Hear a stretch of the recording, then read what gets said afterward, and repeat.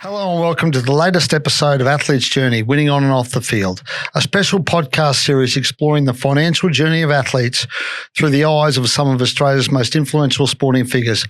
I'm Brent Read, and today I'm here with Ambassador Chris Lawrence and former NRL player turned My Kitchen Rules winner, Will Mataka. How are you, mate? Good, thanks, friend. Thanks for having us, man. Chris, yeah, thanks for coming on, mate. You blokes go way back. We should point that out. You guys know each other for how long? Now, how old are we? 30 years now. We played footy together, athletics together. We just mentioned it's our 20-year reunion of St. Greg's this year. That's how old we are. So, I've almost known him for about 30 years. Yeah. Like it all started at athletics track. It wasn't at a pub or anything. Actually, too young to go to the pub. Yeah. And Chris was, mate, he had some. You let the cat out the bag. Apparently, he's still the under-9 Australian world record. 100 metres. 100 metres. You were the gout of your generation. The gout. I think there was no wind gauge back in those days, so I'm pretty sure it was a hurricane that was, I think it was 13.5 or 13.6 or something like that. So no, it's actually 13.4. Yeah. And there's some memories that linger around with you in sport, and trailing Chris and seeing his back is one of them for me. So I ran 13.8 that day. And he ran 13.4, and the record still stands today. Wow. But I'll never forget the guy running. I was like, I thought I was the fastest. And then this guy comes, I was like, he's been humble though, but Will has got the under 60 metre hurdle record, but they've now changed the distance, so he'll be forever the under 8s and 9s. It was 11s, 60 metre hurdle Australian record. What a you place. It was. I know it's athletics royalty. It seems impossible that this body can go over hurdles, but we can. That's what weights does. That's what footy does here. Now, a lot of people know you now as the winner of My Kitchen Rules, right? But you were a footballer. Take us through your journey in terms of your sporting career. Yeah, mate, sports started as a kid. I was 7 years old and, got invited by one of my mates in the same class. Do you want to come play footy? Not really, but mum's like, go give it a crack. And I remember my first game, I ran backwards towards the other post and scored a try. And then I cried and never wanted to come back to play the sport ever again. Anyway, fast forward a few years, you go through your teens and you start making like rep squads, and it starts becoming a little bit more, not important, but sort of the training gets more intense. The competitiveness gets more intense. There's people that are playing in different regions that you know about, and when you're competing against them, it sort of takes the fun out of it, but it just depends how you look at it. But I think just the competitive side of me just said, oh, you know what, you just got to compete. Then I get to year 7. I don't grow. Everyone else grows. And I just remember going through year 7 to year 11, maybe even year 10, and just not growing. And just, I think I found myself in a situation where I don't think footy is going to work. Neither is athletics. I don't think athletics is going to work. So started to focus on school. Then in year 11, somewhere along the way, we started to grow a bit. I played SG ball with Chris at West after getting dropped from the Roosters in the first year of SG ball in 2005 or 5. And pretty much from there, the footy came back. So I started to grow. The training was a bit more intentional. I took it a little bit more serious. And then by the end of 2006, we make the Australian Schoolboys. I was like, this is something I wouldn't position myself making, throughout all of high school. So I started to get that competitive nature back, and from there, signed with the West Tigers for a couple of years out of school, and pretty much went from there. Now the career is obviously I don't have control over it, but I have control over how I can approach taking care of my body, approaching games. But throughout the whole process, football was always, it was fun, and then it wasn't, and then it was fun again. So, and I think it was just up to me at the time. Yeah. What are you proud of when you look back at that career? Because how many games did you play in the end, Rand? I think I played about 10 games in the NRL. Yeah. For Tigers, Roosters? Yeah, Tigers and Roosters. And it's not many games, but I think just being exposed to the nature of the beast that, is pre-season and the 26 rounds and, putting your body through all of that. What I'm most proud of would be just having definitely the debut game, but I think just having your family rock up to watch you, I think is underrated. These days I used to hate it because mum would be the biggest judge and dad would obviously just, give me his critiques. And I was like, oh, you never played footy in the back in the day. Well, how would you know? But I value those moments because it's just them trying to make me better, even though in their respect, they mightn't have sounded that way. But yeah, the most proud moments is when I've had like a great game and my dad or mum have watched it. Even if it was a bad game, it got to the point where they're like, it's okay, we can try next week. But the most proudest moments is having my family there watching me. Before sort of a couple of questions I want to ask, because we did a few of those early pre-seasons together at the Tigers, and when you're young, those first couple of pre-seasons were tough. But just touch on the Australian Schoolboys tour, because again we played together, and for me that was super memorable. We had a really good squad then. We had Israel Flower, Joel Thompson, Timmy Manor, Mitch Pearce, Chris Sandow, Kevin Proctor, stacked. I think that we played England, won all test matches. They lost the previous test series, and we went through and travelling, throughout. I think we went to England, France, and maybe Wales as well. So, I mean, as an 80-year-old kid, it was all an awesome experience. How was that experience for you? And again, being able to play alongside those guys who you mentioned, sort of you came up competing against, and then you obviously got to compete against them in the NRL as well. Yeah, look, the Australian Schoolboys was probably one of the most memorable tours we've ever done. It was the first time we went to Europe. We've ever heard of France and Wales and England, only in our textbooks. And especially coming from Campbelltown, you're like, we're not going there anytime soon. But sorry, I'm not saying that to discriminate. I was like, it's not a place that we thought we'd be when we're 18 years of age. We thought you go straight into uni. Anyway, Schoolboys comes on. We got this tour. We fly over. We're so excited about it. And then you got these players around you who are incredibly talented. Chris was part of that team as well, Penny and, the others that you've mentioned. And there was this big emphasis on beating England. And our coaches went through videos and the history of the rivalry between us and England, and making sure that we come away as winners, because the last one they had lost. So to come away with the win, that was phenomenal. And I think we went undefeated the whole tour, but we made lifelong memories and friends since then. So every time we clashed with any of those players, whether it's on the field or just in life in general, we always speak about those. Oh, I remember when we went to France and we took all the mattresses down into one room because no one wanted to sleep alone. They were too scared. Things like that. So it was more than just footy. It was more like the memories that we made on there. But that was, I was glad you brought that up, because that definitely some good memories. So Willie, obviously we finished school, went straight into full-time squad, and the first couple of pre-seasons pretty brutal. We had a couple of tough pre-seasons in SG Ball under Andrew Chicka Willis, who gave us a good taste of old school training, so at least got us prepared. But talk us through, some of your memories of those first couple of pre-seasons. I had some. I still go back to one of the toughest training sessions I've done, which was, I think it was 21 minutes on the rower and 30-second recovery. When you're young and you just don't know if you're going to get through it. What were some of your memories of those first few pre-seasons? It's just pre-season is just, because it's in summer, it's just an added element to how hard training is anyway. If you do it in temperatures where it's manageable, I think you can get through it, but it's still hard. But throw in the Australian heat, and pre-season is just hell. Anyway, that's how I thought it was in my first couple of years. And, you're going from November till February and you sort of taper off towards the end there. But the training's 5 days a week, if sometimes 6. And I think the main thing I got out of it is that you've got to recover and be ready to go the next session. But, there was, the sessions, what is it? 30, 300 meter rows on the minute. So row 300 meters in the minute. Ridiculous. That was probably one of the things that comes to mind. Row 300 in a minute and you get a minute off, or it might have been 30 seconds. And you got to go and you got to hit 300 every time. I think Aloni, who was playing cup at the time, I think he did it comfortably and didn't break a sweat. So all the tall guys would kill it, and you got us, you're probably tall, but we just had power, and we, things like that brings back memories. Man, that was hard. Even a 4 and 5. When was the last time you had a 4 and 5? 4 laps in 5 minutes, or 5 laps in four laps in 5 minutes.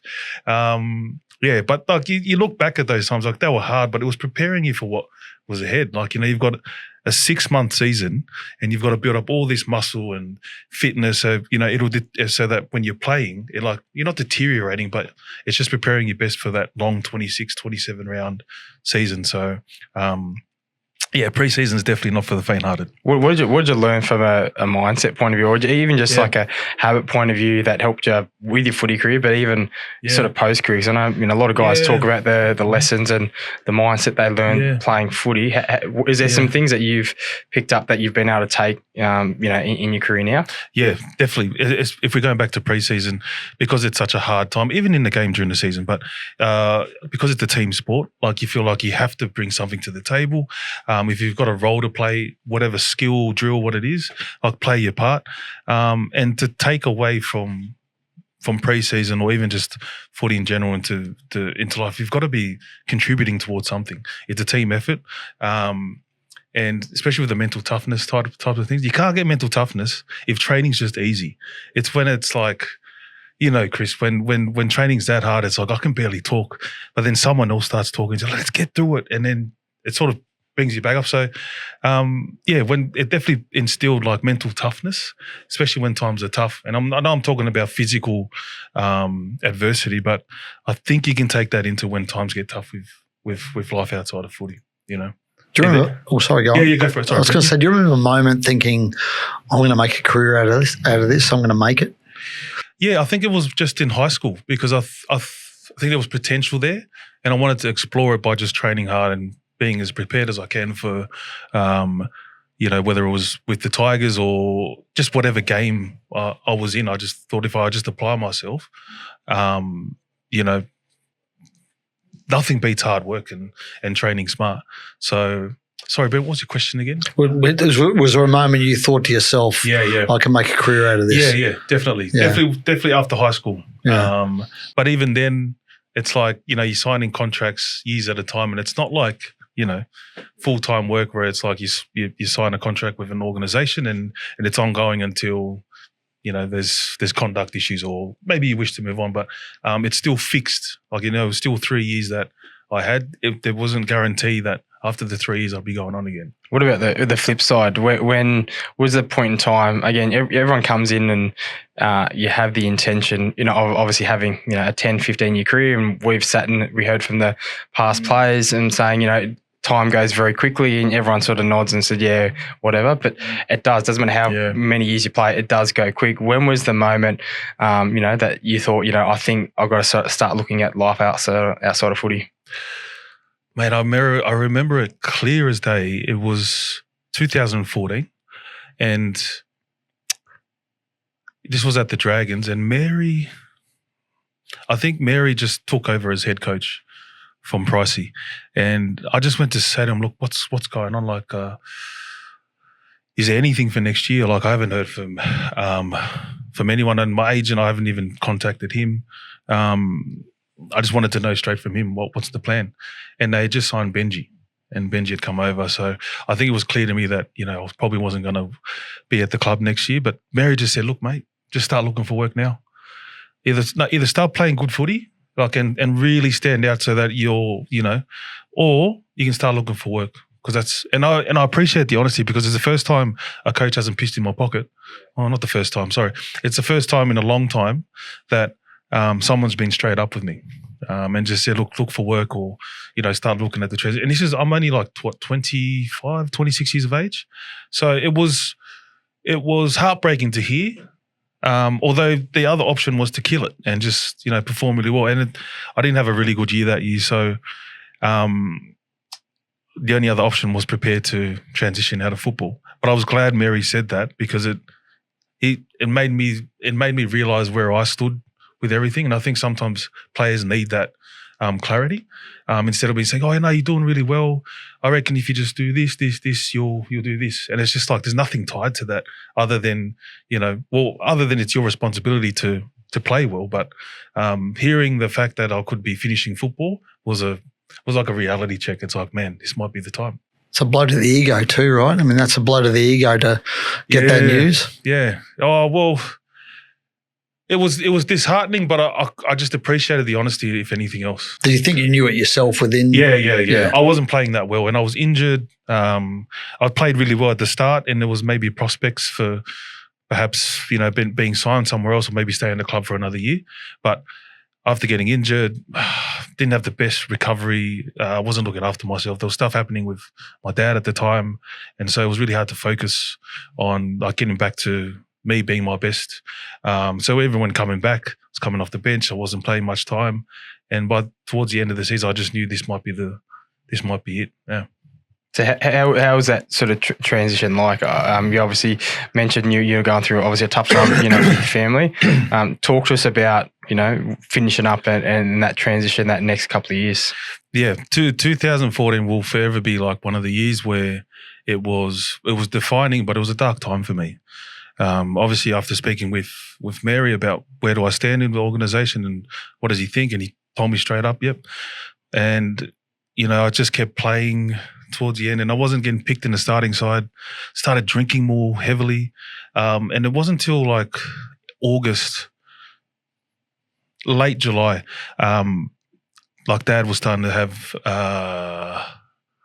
more hospital visits, and so he was in ER every day of the week, and I'd go see him just to make sure he was all right. Now he'd been battling bowel cancer for since 2010. That was like 2004, so about 4 to 5 years. And my mum was saying to me, "Look, I think this could be it." And I was like, "What do you mean?" She goes, "I think like this could be a time that could be really difficult for us, if I could say." And I knew that was the end for Dad, but he still had some time. So I just kept playing footy. I was living down in Wollongong, and I remember I just woke up one morning and Mum goes, "We're in palliative care," and I was like, Wait, that means that they're going. And she goes, yeah, you need to come here. This is like 7 a.m. So I head over to Camden where the hospital was, and he was just there. He was all happy and like, smiling, trying not to make the situation about him, even though it was. And then like 2 days later, he passed away. But I'm glad I went to see him, and it was because to see him in the last 24 hours, they say they can hear you, but they're not there. Like, they're just to a machine, and it's just a matter of time till he passes away. But I'll never forget that time, because after that, I thought, my world was shattered. I didn't even play footy that week, and finishing up the season, nowhere else to go. And there was a lot of tension at home because there's no income. So what am I going to do in my life? I didn't have a plan B. I didn't go to uni. I didn't do any TAFE. I didn't do any contingent strategy to, once footy's over, what are you going to do? So I started ringing a couple of the Dragon sponsors, and I remember Shane Millard, he was doing like facilities maintenance, and he just said, yeah, come work for us. And in my mind, I'm like, yeah, he'll just get me a full-time gig. But, as an owner of the business, you don't just come in and then just jump straight into, mate, I was getting like one shift a week for like 2 or 3 hours. And it's like, it's not enough to obviously pay the way.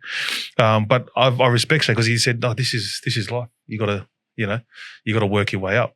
And I sort of worked my way up with his business, just cleaning and doing maintenance around Sydney. And it was humbling because, you go from like X amount of dollars and then you're back to what it is of, I think it was like $18 an hour. But that was like, that was pretty humbling. And I was like, the guy next to me is on the same thing. And I was like, you know what, the sooner I come to terms with that, the sooner that I can move on from where I feel like it's hard to transition from footy.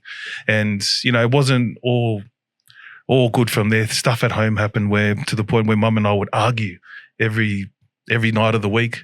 And it got to the point where it was pretty toxic, and I got kicked out of home. We had to sit down as a family because you got to go. So I was homeless for 2 weeks, walking to bus stops and just trying to act like I wasn't homeless. And I didn't want to tell anyone, because it's, you've just finished footy. Like, how are you homeless? Like, I feel like the stereotype with athletes is like, once you're done, yeah, you just move on. But it's not the case for everyone. So with my story, yeah, like, everything was stripped. My dad was gone. Footy was no longer a thing. The relationship with my family wasn't great. It wasn't safe. It wasn't a place I wanted to live because stuff that Mum was doing. And so, yeah, when my brother, I've forgiven him for this, but I get why, because there was so much tension at home. He said to me, "You got to go, Will." And I was like, "Hang on, I've been looking after you guys since Dad's gone. Like, what do you mean you want me to go? And that just broke me. And I just remember just walking out the driveway and packed the bag and just walked towards the nearest bus stop and just sat there for hours. I remember just sat there till about 3 a.m. And then I found like one of those St. Vincent de Paul bins. I'd go pull my bag there because I was like, if it gets taken, hey, at least it goes to someone else that needs it. And I'd come back and get it. And then sometimes I'd go back to mum's and just sleep in the shed, wake up and leave in the morning. But for the most part, I was just walking the streets and sitting and feeling hopeless and going like, is this what's supposed to happen for every athlete after football? Or is it just me? Like I've just had the most horrific year, I guess, with setbacks. And is this where it ends? And I didn't contemplate taking my life or anything like that. I was just like, what's next?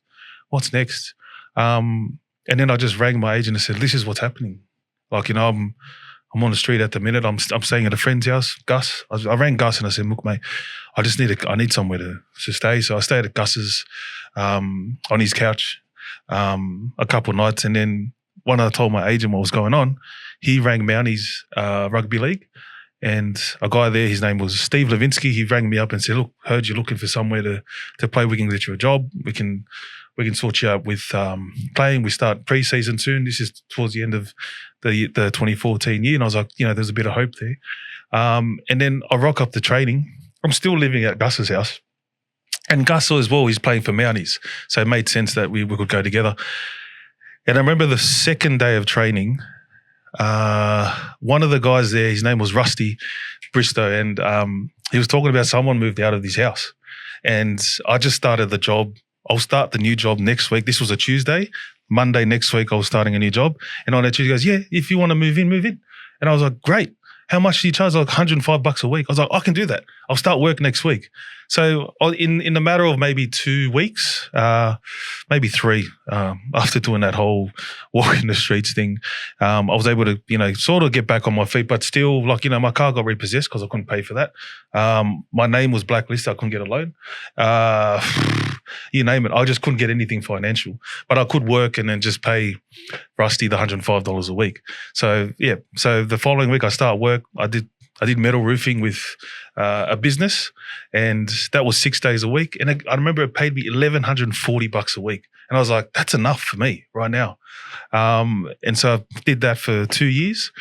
But I've always been grateful for that time and moment. There was an opportunity given, and then, you know, being able to take that on and sort of accept that was my reality after football. You know, as much as all the bad stuff that's happened, there was an opportunity that came out of it, so I had to do something about it. What you obviously earn money as a footballer, right? Yeah. Is it? You look. I don't know how much you earned. I don't know whether you want to share that. The biggest contract you had, or but that money obviously was gone by the time. Do you look back at that and think, I could have made some better decisions, or was it? Not really, because mum was like my financial advisor. As soon as I finished school, we signed a couple of years with the West Tigers. She said, you give me half, we're going to buy a house. Now, she had already bought a house, but she wants to buy a second one. So she's, in her mind, I was like, yeah, but I don't want to do that. And so she sort of forced me. She goes, no, you have to do that. So like, you know, in the Tongan culture, if mum says jump, you say, how high, or, you know, right. So she every month, you know, I'd give X amount of dollars to mum, and then they will go towards the mortgage. And I think having me on the mortgage helped her and us to get that second property. So that was, at the time, not great advice to me because I wanted to live my life. But looking back, because hindsight's a hell of a thing, that is probably one of the best decisions I've made. And then just committing to that. So I think having the right people around you, even if it's your parents, if they know that this is going to be the right thing to do, just do it anyway, and maybe later figure out that, yeah, you know what, that's probably the best thing. However, I do respect the fact that some parents want to let children do their thing and let them learn and, you know, find out, not the hard way, but like let them figure it out. But mum wasn't like, she goes, just give me this, and that was it.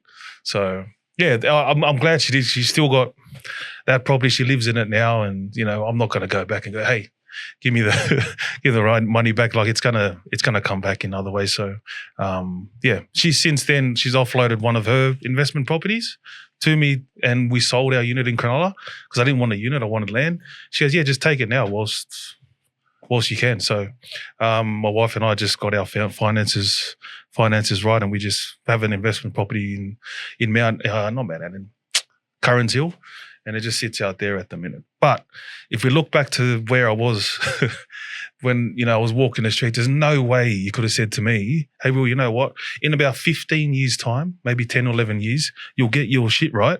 You'll get married. You'll have more kids. You'll go on a cooking show. I wouldn't have believed that. And then you'll have, you'll be financially stable. I wouldn't have said, no way that's going to happen.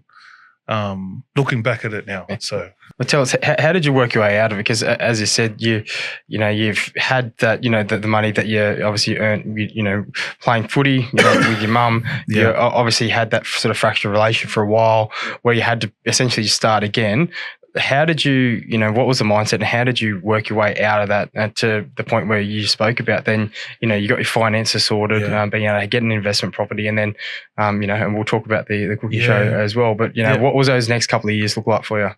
Look, I think the main thing was looking back and going, if 2014 is as hard as it gets, and I've sort of got my way up here with Mounties, then I think we're going to be fine. Like if that's as hard as, and that was a tough year. It was a really tough year. Like even, it took maybe 12 months for Mum and I to finally, see eye to eye and just, get along. And we get along like a house on fire now. She actually loves my wife more than me, but that's a whole different thing.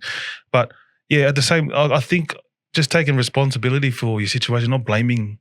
Like I could have easily blamed my mum. I was like, this is her fault. Like she did this and this, and it allowed me to do this. So I'm just going to wait for the solution to just arrive. But no, I think I had to do something about it. And it was just look past that.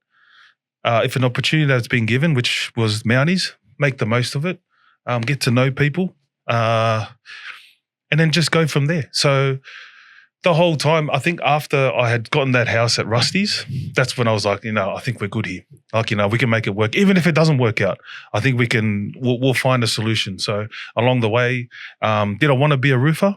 No, I didn't want to be a roofer, but sometimes you can't pick and choose. If something comes up, just get into it. I actually loved it.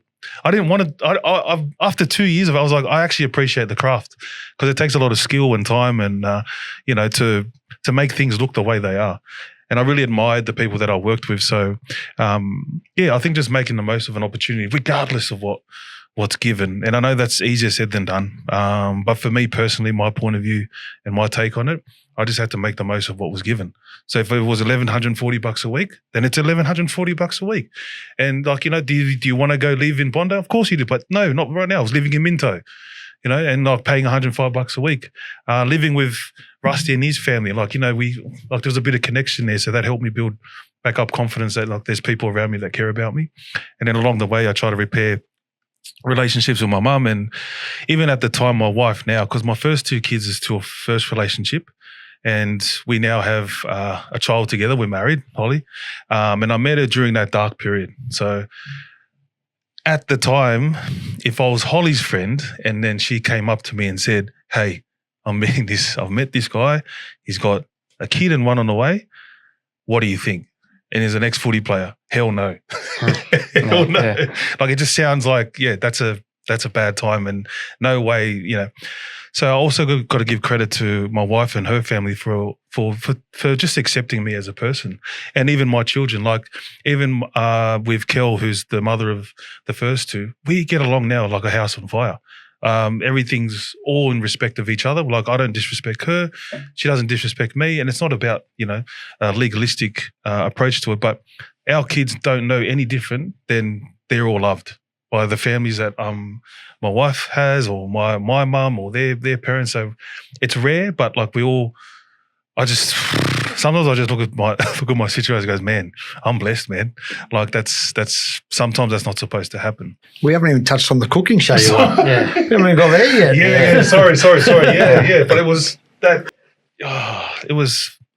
I don't know. I just sort of always promised myself that if something happens, you got to see it out, and And if I go back to that 2014, if that's the worst year, I think we'll be okay. Yeah. So you got out of that. And so, again, let's fast forward to now sort of 24, 25, and then you get the opportunity to go on My Kitchen Rules. Talk about how that came about and, your love and passion for cooking. And Yeah. Look, with food, Tongan food's not hard to make, but it's pretty tasty. So Dad was definitely the influence. Mum too, with cooking. And you never really rate yourself as a cook because you look at what's on television, you're like, wow, there's no way I can make food like that. So our journey started with Justin getting asked via Instagram. And he's been doing some cooking videos in the past. And I've known Justin for over 10 years. His wife and my wife are best mates. And, we organically got along. So he got approached by a scout, thought it was a scam. And then she says to him, we want another male. We don't want you and your wife, Nicole. We don't want you and your wife. We want you and another male. And then he rings me. He goes, Will, I've got something. Have you got 4 months off next year? I was like, F no. Of course I don't have 4 months off next year. And he goes, I've got this. We could be on Game Cow. So I said no initially, but we finally got it across the line after, speaking to certain people, my boss, Holly, and then, we did the whole process, more the latter parts of an application for MKR. And then by January 2025, we knew that we're on. And we only had known for maybe 6 weeks. Between 6 weeks and knowing we were on, that was between the first conversation to knowing we're on. So January we find out, yeah, cool. And then we just jumped on with it. Yeah, got cracking with it. It was one of the most awkward things was when they briefed us at the start. You're not allowed to talk to any other teams. Can't even make eye contact, and you only get to know them once you're on set. So, we were the first to cook in the first episode. So the people that we didn't meet in the room. When we're opening that door and going, that's actually the first time we speak to them, and then they're obviously friendly to you. And the camera was like, are they being friendly or are they just putting it on for the camera? And there was a 4-month process of traveling the country, cooking in our homes and experiencing other cooks cook for us in their homes. And then, you got the studio, kitchen, but there was a lot of work that had to be done from Justin and I just to be prepared. Like, you don't expect 2 men to be able to make desserts. Oh, well, that's being a bit stereotypical, but like, we're not dessert guys. Yeah. We're not known. You don't look at us and go, oh, yep, you know what? They're really good at making desserts. You think we're good at mains, but we, across the course of those 4 months, like, we were in cookbooks, websites, how do we make this, how do we make that, and just cooking like in our hotels as we're going around the country. How much is a team like effort? Do you guys go, I'm going to cook entree, main, or is everything just shared? Yeah, it's almost like footy, There's a game plan. Remember the tip sheets? Yeah. Remember the tip sheets? The Brisbane Lions got in trouble for releasing that. Sheets? For having the tip sheet up on the board. Like a tip sheet. Yeah, Sheensy had his detailed tip sheet. Remember Wayne Bennett with the fake one that the Broncos did when they played the Dragons? Yeah. Oh, the tip sheet. The fake tip sheet. Yeah, leave it on the opposition. Danger. Here you go. No, we had a game plan. I knew that I'd be good at certain things, whether it had to be flour, but Justin was really good at just doing one thing and one thing only. So he would make a lot of the sauces, or he would start like the mains of a course, and we'd split it and just work out a plan. Okay, let's say if it's a 90-minute challenge, between 0 to 15, this has to be done. 15 to 30, this needs to be done. If we're not done by that time, we need to sacrifice here. So there was always like a plan B. If that fails, then we look at the contingent. And then we did that for everything. Like, everything had a time limit. We had to do a game plan of how we would attack it. And if things didn't fall off, then one would have to might do extra, or like, for instance, if Justin didn't get to cutting up fish, okay, I'll start the fish, and it's all about helping each other out in that sense when things don't work your way, and it happens too. So, that was, I think that was our advantage, that we were sticking to our strengths, and we both could cook. How's that changed your life, winning that? It definitely gives me more confidence that I am a good cook. Although, MKR chefs, I don't care. Like, we did so much cooking on the road that I was proud of the fact that we dedicated ourselves and committed ourselves to that particular competition. And they said it from the start, those who put in the time and the effort are those who end up at the top. And so Justin and I took that personally. Oh, MJ, that could be an MJ meme. We didn't take it personally. It was like, okay, cool. If that's the key to success in this, then let's do that. Yeah. And I just remember, we'd mess something up, and mate, it's like 10 o'clock. All right, bro, Coles closes at 11. Let's run back to Coles, come back, start cooking again. Test it. It's 1 a.m. We're like, yeah, it's not too bad. Let's try again tomorrow. Sleep, wake up the next day. Try and do it before we have to go to another house to film. So we just did that. We carried like pasta makers around the country, pots.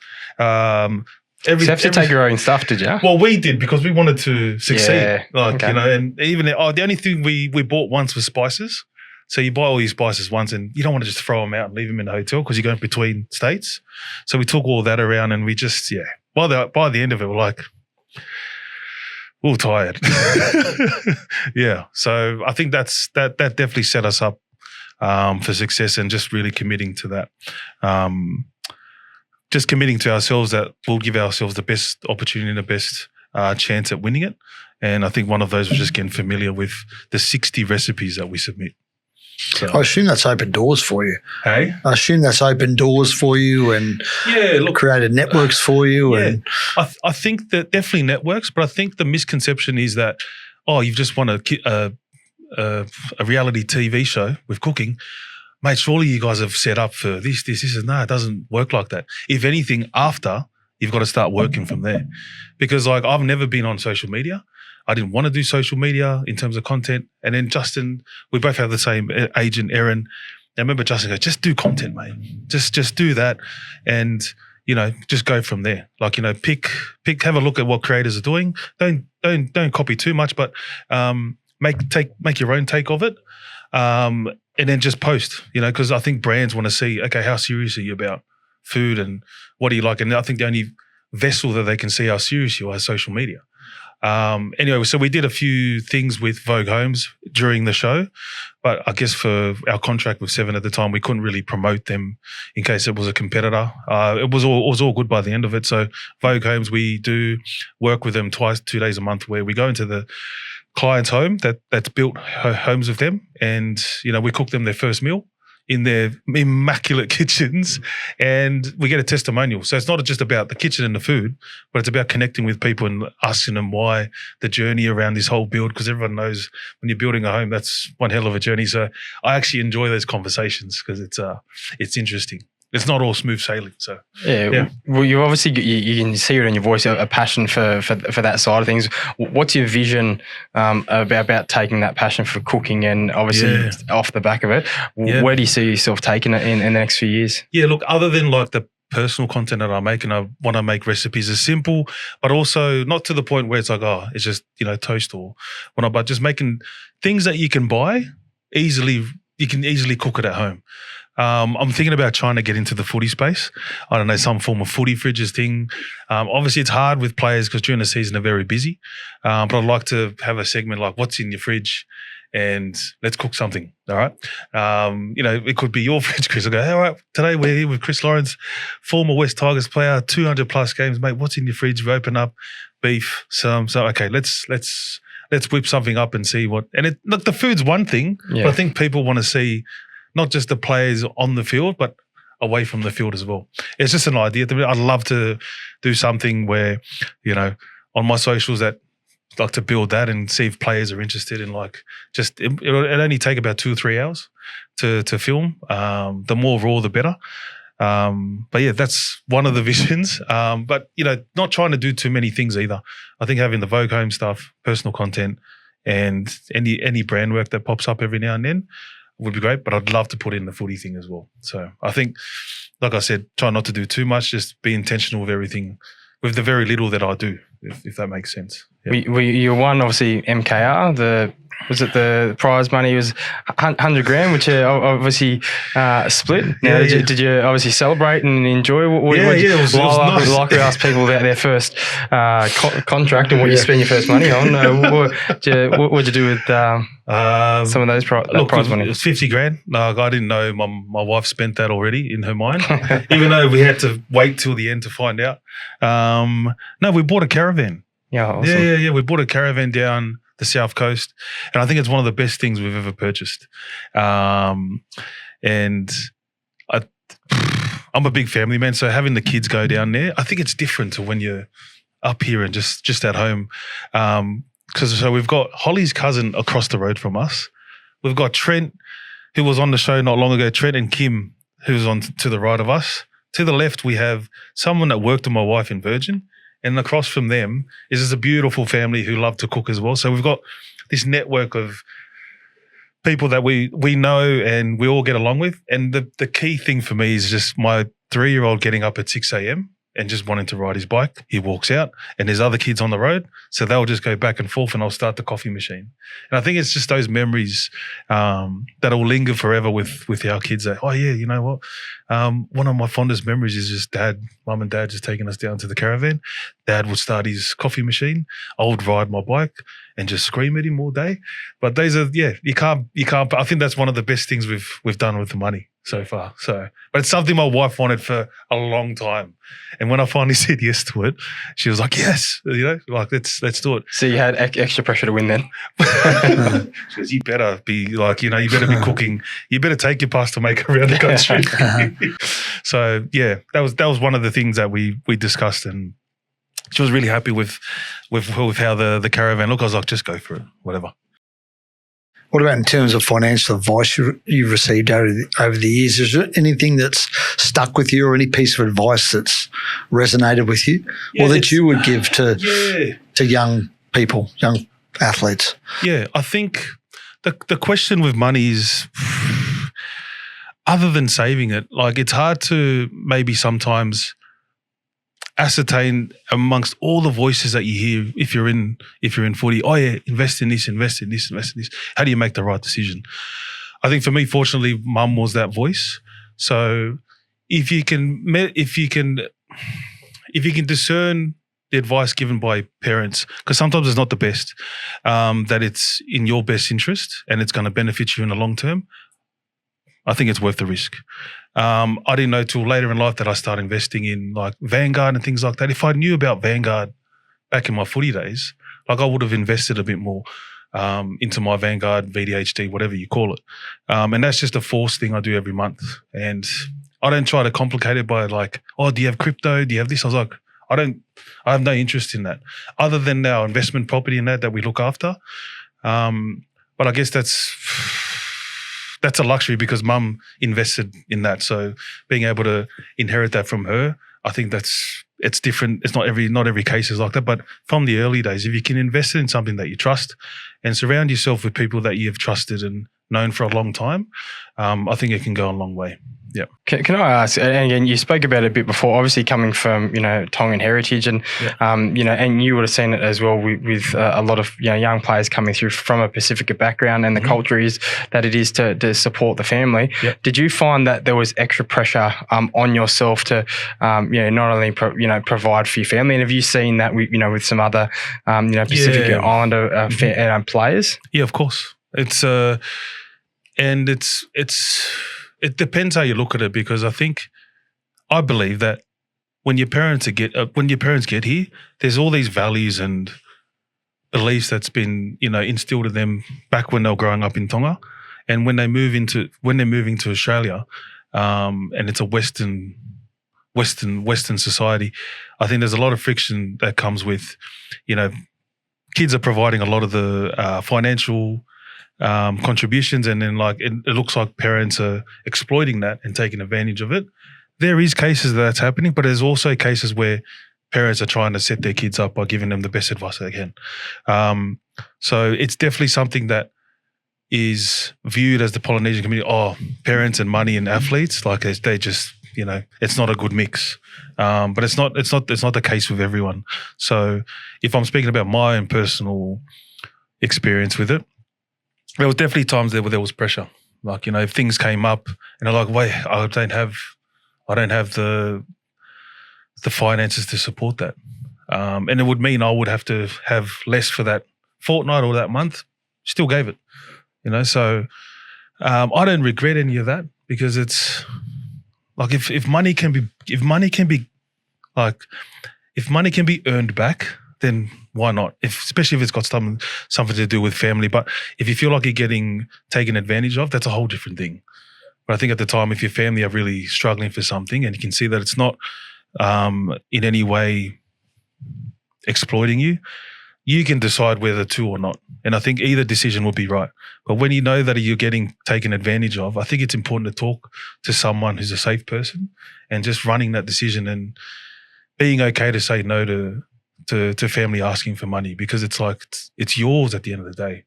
And they can pull the old card of you need to support your family. It's like, I actually don't. Like, I'm trying to set myself up so that I would have a family one day and not forever looking after my immediate family at the time. So it's a really complex question, Chris, because it's I can say what I feel about it and what I've experienced with it, but it's very different for it's very different for Samoans, Fijians, situations. So yeah, like there's no exact absolute answer I could have for cultural expectations of finances with children, especially with the parents. But yeah, I've definitely seen occasions where it has benefited more the players and the children rather than the families. But yeah, it's not always the case. Yeah.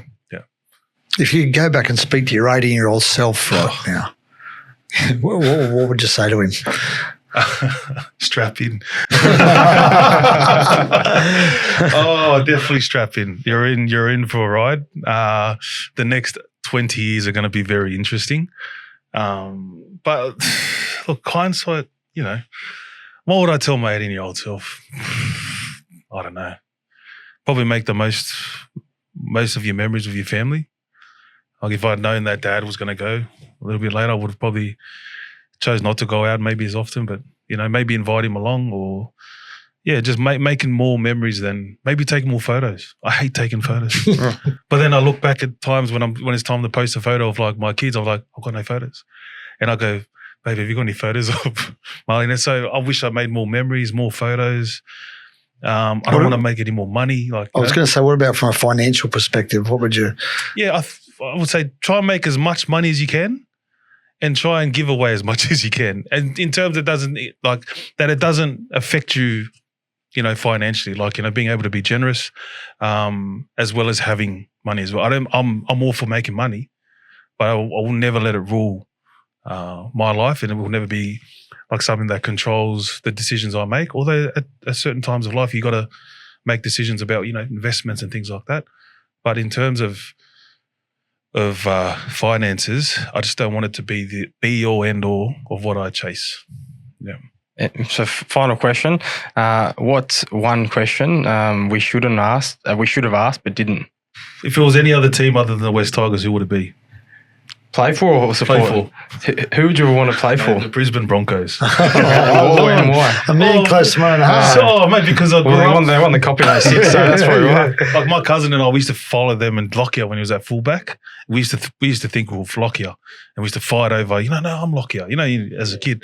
But Broncos has definitely been, my team, and I even dreamed of one day, having that Nike jersey on, even watching Leon Bott. Remember Leon Bott? And we were doing we did little athletics with Leon Bott back in the day. To see him pull the Broncos, I was like, that's what I want. Yeah. So that's probably the question. Which other team, if you had an opportunity to play for, would be the Broncos? Nice, I like it.